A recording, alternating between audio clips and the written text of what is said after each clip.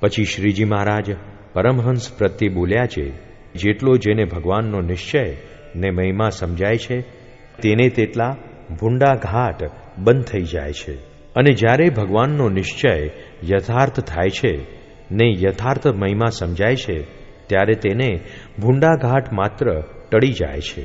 જેમ લીંબુની એક ચીર ચૂસી હોય તો થોડા થોડા દાંત અંબાય, પણ હળવા હળવા ચણા ચવાય ખરા, ને જો આખું લીંબુ ચૂસ્યું હોય તો ચણા ચવાય નહીં, ને મગનો દાણો પરાણે પરાણે ચવાય. અને જો ઘણા લીંબુ ચૂસ્યા હોય તો રાંધેલો ભાત પણ ચવાય નહીં.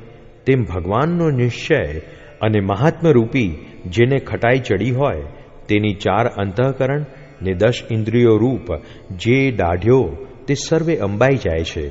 ત્યારે એ જીવ મનરૂપ પોતાની દાઢે કરીને વિષયના સંકલ્પરૂપી ચણાને ચાવવાને સમર્થ થતો નથી, તેમજ ચિત્તરૂપ પોતાની દાઢે કરીને વિષયનું ચિંતવન કરવા સમર્થ થતો નથી, તેમજ બુદ્ધિરૂપ પોતાને દાઢે કરીને નિશ્ચય કરવા સમર્થ થતો નથી, તેમજ અહંકાર રૂપ પોતાની દાઢે કરીને વિષય સંબંધી અભિમાન કરવા સમર્થ થતો નથી, તેમજ પંચજ્ઞાન ઇન્દ્રિયો ને પંચકર્મ ઇન્દ્રિયો રૂપ જે દાઢ્યો છે તે દાઢે કરીને તે ઇન્દ્રિયોના વિષયરૂપ જે ચણા તેને ચાવવાને સમર્થ થતો નથી. અને જેને યથાર્થ ભગવાનનો નિશ્ચય ન હોય ને યથાર્થ ભગવાનનો મહિમા જણાણો ન હોય તેના ઇન્દ્રિયો તથા અંતઃકરણ તે પોતપોતાના વિષય થકી યથાર્થપણે નિવૃત્તિ પામતા નથી.